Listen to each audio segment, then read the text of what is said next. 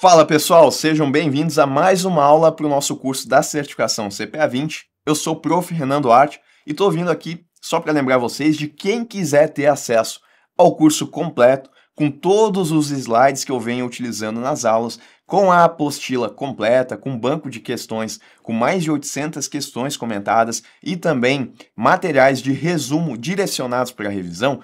Cliquem no primeiro link na descrição ou então nos comentários fixados para que vocês tenham acesso a esse material completo. E no mais, não esqueçam aqui de deixar o like, se inscrever no canal e bora para mais uma aula. Pessoal, agora a gente vai estudar os diferentes derivativos que a gente tem aqui no nosso país, mas antes de passar pelas características deles, a gente vai entender o conceito inicial e aí sim a gente se aprofunda em cada.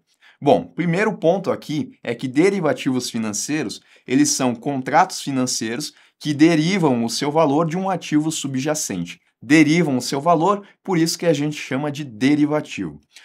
Esse ativo subjacente ele pode ser commodities, moedas, ações ou taxas de juros. Eles, os derivativos, têm o seu preço baseado na flutuação do valor desse ativo subjacente. Olha esse exemplo aqui para ficar mais fácil. Imagine que você faz um acordo, tá? Um acordo com um amigo para comprar o carro dele daqui a um mês por um preço específico, digamos 30 mil reais, tá? Então, tem aqui a pessoa, ela faz um acordo com o amigo dela, esse acordo aqui ele fica formalizado mediante um contrato e que ele traz, então, a opção de comprar um carro ao valor de 30 mil reais daqui a um mês. E aí, né, passado um mês, a gente verifica que o preço desse carro aqui, ele está custando no mercado agora 35 mil reais. Bom, se foi estabelecido nesse contrato, que é esse acordo entre a pessoa e o amigo dela, de que ela vai poder comprar esse carro a 30 mil, ela vai se dar bem, porque o carro, se ela fosse comprar no mercado, estaria custando 35. E aqui ela vai poder comprar a 30 mil reais, porque um mês antes isso já foi formalizado no contrato. O detalhe, tá, é que a gente vai ver que esse contrato aqui ele tem um preço, né? Porque afinal de contas, a gente está travando o preço de negociação desse carro em 30 mil. Se o preço dele subir, essa pessoa aqui ela ainda vai poder comprar 30 mil reais. E ela vai ter que pagar um preço, então, para travar o preço da mercadoria dela, do carro, né? Então, esse preço aqui pode ser, por exemplo, o valor de 1.000 reais. Então, ela paga hoje 1.000 reais para ter a opção de comprar um carro ao valor de 30 daqui a um mês. Se o preço for para 35, ela vai poder comprar esse carro a 30 mil e ela vai ganhar dinheiro nessa brincadeira, porque ela está comprando a 30 algo que vale 35 no mercado. Se ela for vender para ter lucro, qual que seria o lucro dela? Seria ela pegar o carro de 30, vender por 35. Então o lucro dela é 5 mil? Não, né? Porque ela teve que desembolsar 1.000 reais antes para conseguir ter essa opção de comprar o carro. Então, o lucro dessa pessoa aqui vai ser de 4 mil reais. A ideia é mais ou menos essa, tá? Esse exemplo aqui, ele é muito parecido com o que a gente tem no mercado de opções. Tá? Só para a gente já ir contextualizando. Então, olha só. Aqui no meu exemplo, só para a gente deixar claro, tá? Esse contrato aqui, ele é o derivativo. E o carro, ele é o ativo subjacente.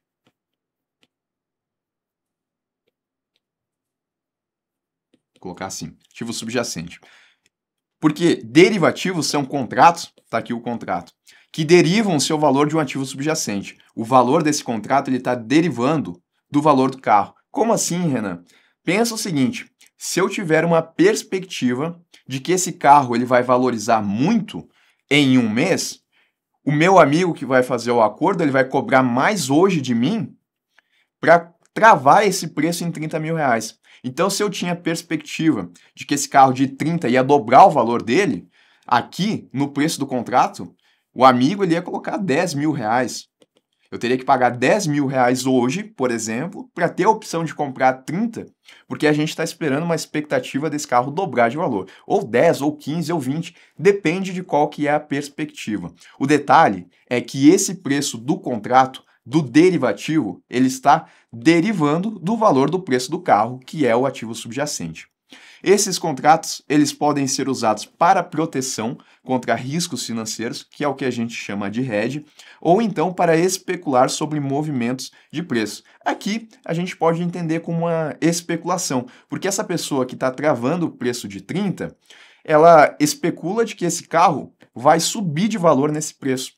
Subir de valor nesse período. E dessa forma ela pode obter esse lucro de 4 mil. Poderia acontecer o contrário.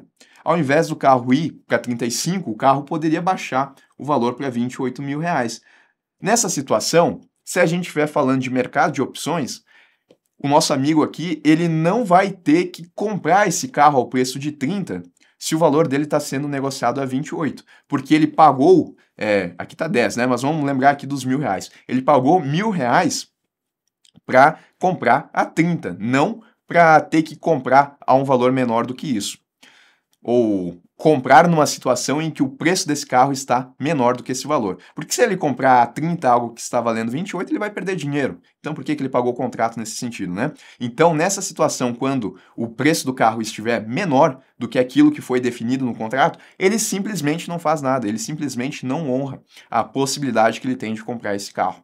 E aí, se ele quiser, ele compra no mercado a 28. É uma especulação, porque se o preço cair, ele não vai ter lucro financeiro, ele vai ter um prejuízo, e esse prejuízo vai ser o que ele pagou aqui no contrato, né? Eu vou colocar inicialmente aqui aqueles R$ 1.000 que foi estabelecido, tá? Esse vai ser o prejuízo dele.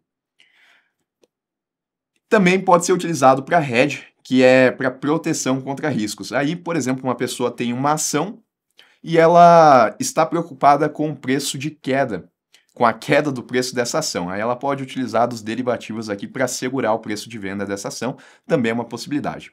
Normalmente, os derivativos são negociados entre pessoas na forma de contratos padronizados, estabelecendo a quantidade, qualidade, prazo de liquidação, entre outras características. O detalhe é que eu utilizei aqui um carro como ativo subjacente. No mercado financeiro, o mais comum é que a gente tenha commodities, moedas, ações e taxas de juros como ativos subjacentes. Os instrumentos de derivativos que a gente tem é o mercado a termo, mercado futuro, swaps e mercado de opções, que o nosso exemplo aqui é bem semelhante a esse. Começar aqui então pelo mercado a termo, para a gente entender as características de cada um desses derivativos. No mercado a termo, as partes de uma negociação assumem, olha só, aqui a gente tem o compromisso. As partes assumem o compromisso de comprar e vender determinada quantidade e qualidade de um ativo real, mercadoria. Então eu vou ter duas partes, uma que vai ser a compradora e outra que vai ser a lançadora, e elas vão assumir um compromisso. O comprador, ele vai assumir o compromisso de comprar. O vendedor, o lançador, vai assumir o compromisso de vender. Tá? Então, no nosso exemplo aqui, o comprador, ele assume o compromisso de comprar uma ação ao valor de R$ 30 em uma data futura. Então, tá aqui a ação, né? E ele está assumindo o compromisso de comprar essas ações a R$ 30, a data futura está aqui, 90 dias, e a liquidação ela vai ser financeira, porque ela vai ser uma liquidação apenas da diferença dos preços. A gente já vai entender isso, tá bom? E o lançador, do outro lado aqui, ele vai assumir o compromisso de vender a ação por R$ 30 nessa data futura. Então, o preço da ação hoje é 1, né? Vamos supor que hoje essa ação está R$ 28 no momento zero, e lá no dia final, dia 90, ela vai estar um preço X aqui. O comprador, ele está achando que essa ação vai estar num preço maior do que de R$ 30, porque daí ele vai comprar a 30. Se ele comprar a 30 algo que vale mais, ele vai ter lucro quando ele vender no mercado. O lançador, ele acha que essa ação vai estar valendo menos do que 30, porque ele vai vender a 30. Então, se ele está vendendo algo a um preço maior do que o que está sendo negociado no mercado, ele também vai ter um lucro financeiro. Até porque ele pode comprar essas ações no mercado no momento da venda a 25, a 26 e depois vender a 30. Tem lucro.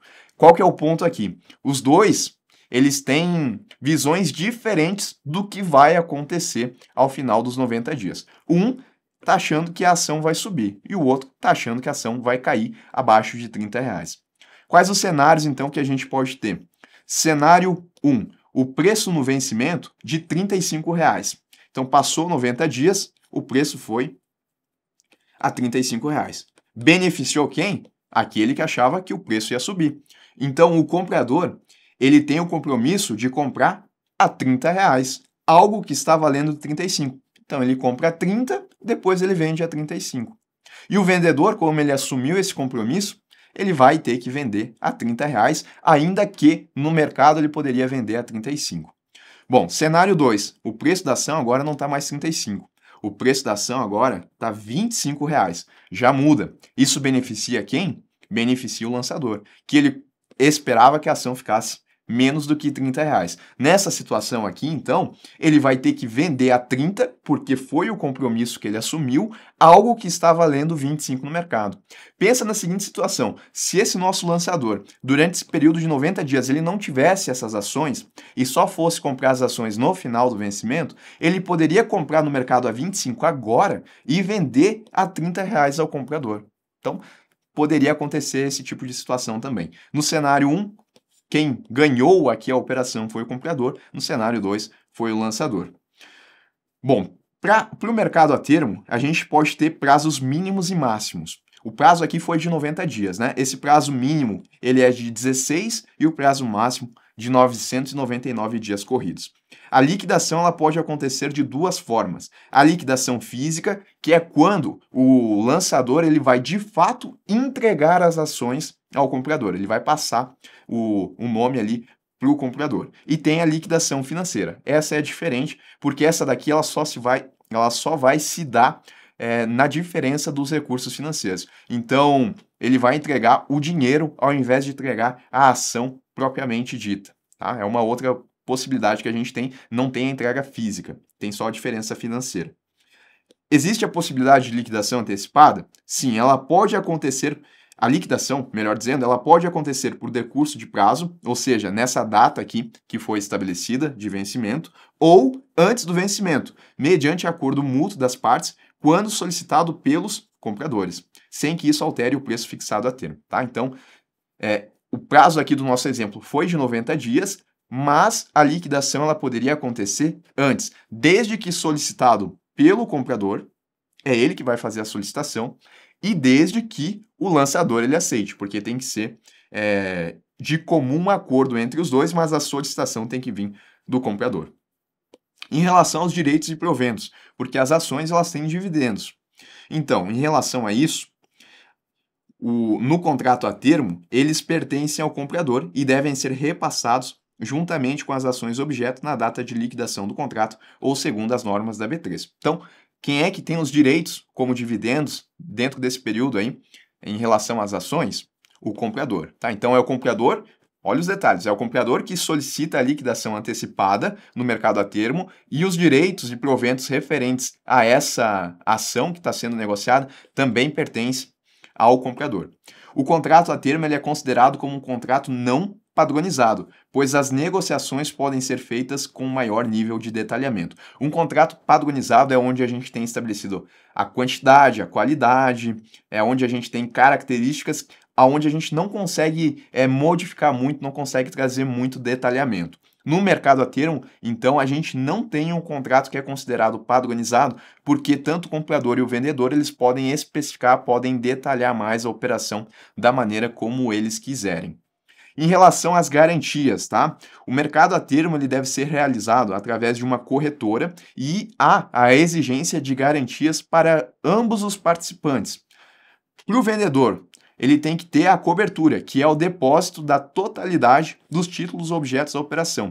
Esse depósito é o suficiente para assegurar o cumprimento do acordo, sem a necessidade de serem oferecidas outras garantias na operação. Então, o vendedor ele vai ter que deixar o valor da integralidade da operação depositado na conta dele. E o comprador, ele tem a margem, vou destacar aqui. O vendedor é a cobertura, o comprador é a margem. A margem é o depósito de um numerário ou ativos autorizados em um valor estabelecido pela B3. Isso em relação, então, ao comprador. Em resumo, o que a gente tem aqui referente ao mercado a termo? O que se negocia? O compromisso de compra ou de venda no futuro de um ativo objeto por um preço fixado. Normalmente, ações. Onde que ele é negociado? Balcão e também na bolsa. Tipo de contrato, ele é considerado como não padronizado. A liquidação no vencimento ou antecipado. por solicitação do comprador, o prazo mínimo de 16 e máximo de 999 dias corridos, e as garantias que são exigidas é a cobertura e a margem. Os direitos de proventos, eles são do comprador. Bom, em relação à tributação, referente ao mercado a termo, a gente tem que o fato gerador é o ganho líquido na negociação, liquidação do contrato, ou seja, gerou algum tipo de retorno. A base de cálculo é a diferença positiva entre o valor de venda e o valor à vista. A alíquota, isso é importante, a alíquota é de 15%. O recolhimento é apurado em períodos mensais e pago pelo investidor até o último dia útil do mês subsequente, então a responsabilidade pelo recolhimento é do contribuinte e tem uma retenção na fonte de 0,05%. É possível fazer a compensação em situações de perda? É possível, tá? Desde que seja compensado com outras operações realizadas no mercado a termo, no mercado futuro e no mercado de opções, exceto em casos de perdas com operações de day trade que somente serão compensadas com ganhos auferidos em operações no mercado a termo, tá? Daí tem que ser especificamente no mercado a termo. Mercado futuro é um pouquinho diferente, olha só. As partes de uma negociação assumem o compromisso de comprar e vender determinado ativo por um preço estipulado para a liquidação em data futura. Então, é aquela ideia, a gente vai ter um contrato que ele vai ser derivativo de um ativo subjacente. Aqui, então, eu tenho um comprador que em 20 de 4 de 2012 assumiu o compromisso de comprar a arroba do boi por R$ 55,00 em abril de 2013. Então, em abril de 2012, ele assume o compromisso de comprar essa arroba do boi a 55 em abril de 2013. E do outro lado eu tenho o vendedor, que também vai assumir um compromisso, mas o compromisso que ele tem aqui é de vender a arroba do boi ao valor de R$ 55,00 em abril de 2013. Tudo isso daqui fica formalizado em um contrato. Esse preço é o preço de exercício desse contrato, o preço é de R$ 55,00, que foi o que foi acordado entre o comprador e o vendedor. O prazo, considerando, né, esse tempo aqui e o tempo que eles assumiram para efetivamente comprar de 244 dias, e a liquidação ela é financeira. Então, não é a entrega física do boi, a liquidação financeira vai se dar pelos valores. Apesar de semelhante ao mercado a termo, a grande diferença aqui do mercado futuro é que a gente tem os chamados ajustes diários, que refletem as variações de preço do mercado e atualizam o valor dos contratos diariamente. Então, assim, todos os dias vai ser verificado qual que é o preço da arroba do boi até que a gente chegue lá no dia de vencimento. Então, se no dia 21/8 o preço no mercado está a R$ 56,00, quem é que vai se dar melhor nessa situação aqui? O comprador, né? Porque ele está com o preço travado em R$ 55,00. Sempre que o preço subir a mais do que 55, quem está se dando melhor é o comprador. Quando o preço ficar abaixo de R$ 55,00, quem está se dando melhor é o vendedor, porque o comprador vai comprar, na primeira situação, por 55, algo que está valendo a mais. E o vendedor, na segunda situação, ele vai vender a 55, algo que está valendo menos. Então, todos os dias é apurado qual que é o preço no mercado e compara esse valor com o preço que está travado no contrato de derivativo. E aí a gente tem os ajustes diários. Por exemplo, no dia 21/8, o preço no mercado da arroba do boi era de R$ 56,00. O preço travado 55. Quem é que vai receber o saldo de R$ 1,00 lá na bolsa? Vai ser o comprador. Então, todos os dias, a depender do preço no mercado, essas posições elas vão se ajustando. No dia 22/8, o preço no mercado foi a R$ 54,00. Tá? Em relação ao saldo na bolsa, o nosso comprador ele vai ter que desembolsar R$ 1,00 e quem vai receber esse R$ 1,00 é o vendedor. No dia 23/8, o preço foi a 57, a gente compara de novo e agora o nosso amigo volta a receber R$ 2,00. Então, todos os dias é feito esse ajuste e todos os dias já é feita a compensação, já é feita a liquidação financeira. E isso vai possibilitar, então, que o contrato aqui ele seja liquidado antes do prazo sem maiores dificuldades, né? Porque se ele fosse liquidado aqui, a gente já teria o saldo correto lá na bolsa. Aqui ele ficou a R$ 55,00, o preço travado é 55, então ninguém está devendo para ninguém, foi o que foi estabelecido no contrato. Todos os dias Portanto, são verificadas as alterações de preço dos contratos para a apuração das perdas de um lado e dos ganhos de outro, realizando a liquidação das diferenças nos dias. Devido ao ajuste diário das posições, é possível o encerramento da posição com qualquer parte participante a qualquer momento. Se o investidor ele não cumprir o ajuste diário, a B3 vai considerar ele inadimplente, o que acionará a execução das garantias registradas por ele. Então, já colocando, é necessário sim que a gente tenha garantias também aqui no mercado futuro. Se ele não fizer o ajuste diário, a B3 vai poder então executar essas garantias. Qual que é a garantia? É a margem da garantia, que é um percentual da operação realizada com contratos futuros que pode ser depositado em dinheiro ou em outros ativos aceitáveis, como ações, títulos públicos, entre outros.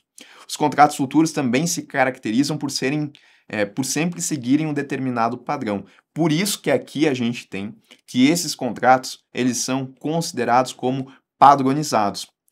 E assim, em uma negociação de soja, só para a gente ter exemplo, a B3 ela prevê que o grão obrigatoriamente seja de soja tipo exportação, com até 14% de umidade, 1% de matérias estranhas, impurezas, 30% de quebrados, entre outras características. Ou seja, a gente tem um nível de detalhamento já definido pela B3, não tem como correr muito disso. Os contratos futuros são negociados apenas em bolsa e a liquidação ela pode ser física, que é menos comum, ou então financeira, que é o que a gente tem na prática. Ele é considerado um contrato padronizado, pois as negociações seguem regras pré-fixadas. O que se negocia, então? Compromisso também de comprar ou de vender no futuro um ativo objeto por um preço fixado. Onde que ele é negociado? Diferença, hein? Em relação ao mercado a termo, apenas na bolsa. Mercado a termo também pode ser negociado no balcão. Tipo de contrato, aqui a gente considera como padronizado. A liquidação do contrato devido aos ajustes diários, a liquidação antecipada ela pode acontecer a qualquer momento por qualquer uma das partes. Diferente do mercado a termo, que a liquidação antecipada ela pode acontecer, mas tem que sair de uma solicitação do comprador e ainda tem que ter o acordo em comum entre os dois. Garantias, a gente tem o depósito de margem como garantia, que vai ser utilizada caso aconteça a inadimplência de cada um dos participantes. Ou, melhor, né, pelo menos de um dos participantes. Aí a gente tem a execução das garantias pela B3 e corresponde a um percentual do que está sendo negociado. Em relação à tributação, tá? É mais ou menos o que a gente tem em relação ao mercado a termo. A gente tem o fato gerador, a base de cálculo, que o fato gerador vai ser o ganho, né? O ganho, a rentabilidade que o especulador teve. A base de cálculo vai ser o quanto que ele ganhou. A alíquota ela vai ser de 15%. Quem é que faz o recolhimento aqui? Também é o contribuinte. E o recolhimento na fonte, que é a corretora que vai fazer, é de 0,005%. Então, mesma situação também, é possível sim as compensações. Então, essas compensações elas podem acontecer com outras operações realizadas no mercado a termo, no mercado futuro e no mercado de opções, exceto quando as perdas elas acontecerem em uma operação de day trade, que aí só vão poder ser compensadas com operações também no mercado futuro. E o swap? Olha só, o swap ele é um contrato financeiro entre duas partes que concordam em trocar fluxos de pagamentos futuros, comumente envolvendo taxas de juros, moedas estrangeiras ou outros instrumentos financeiros.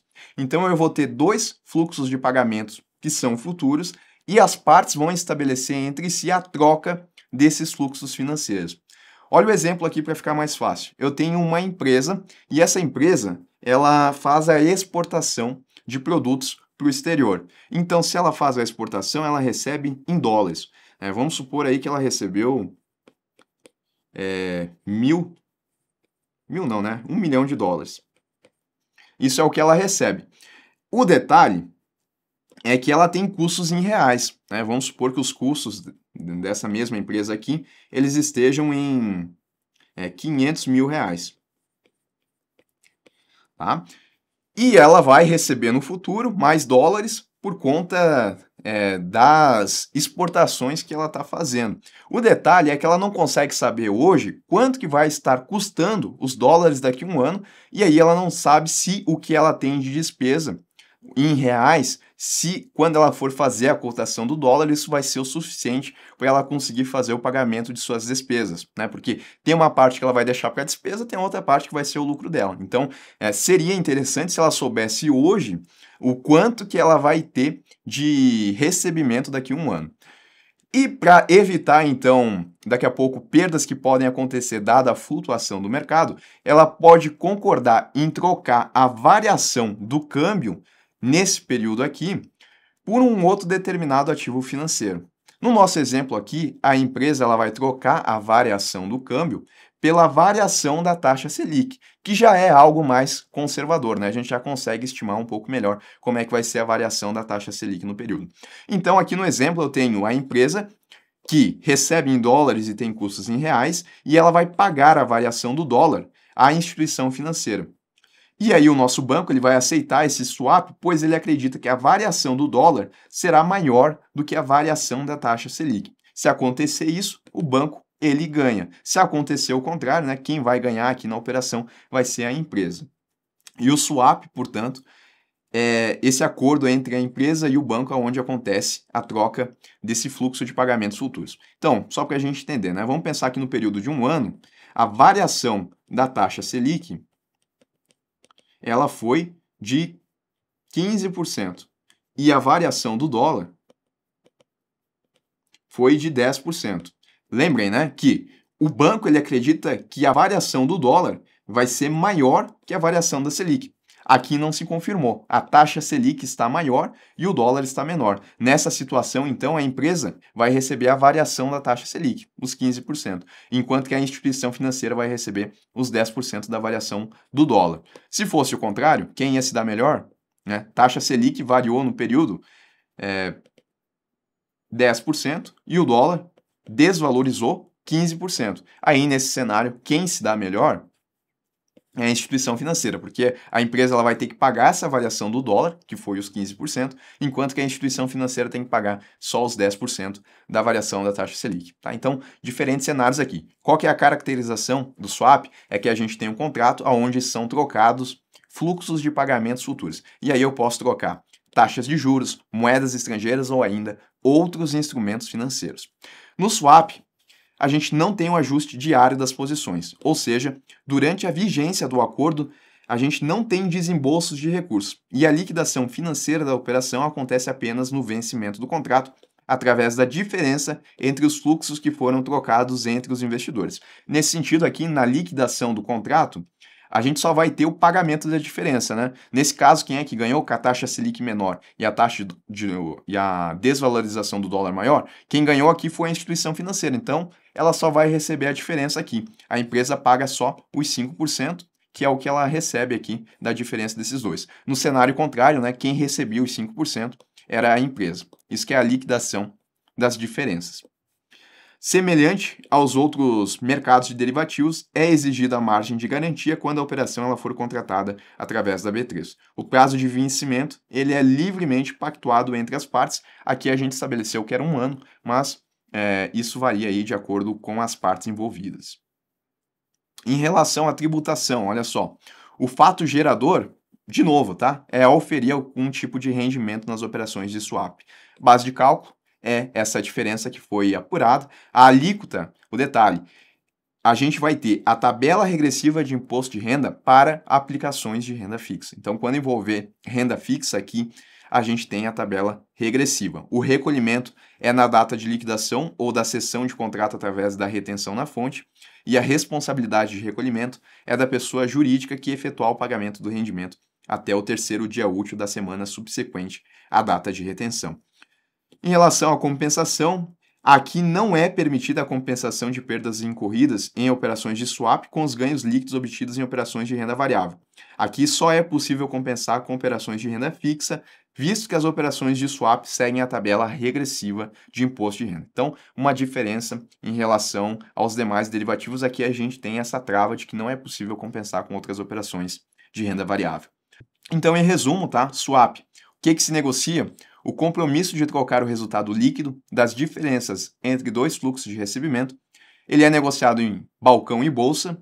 a liquidação do contrato é apenas o vencimento, havendo a possibilidade de concordância entre as partes para essa liquidação antecipada, e a exigência de garantia, que é o depósito da margem de garantia. E por fim, tá? Ele é considerado um contrato que não é padronizado. E eu ainda tenho o Non-Delivery Forward como um contrato de derivativo também, o NDF.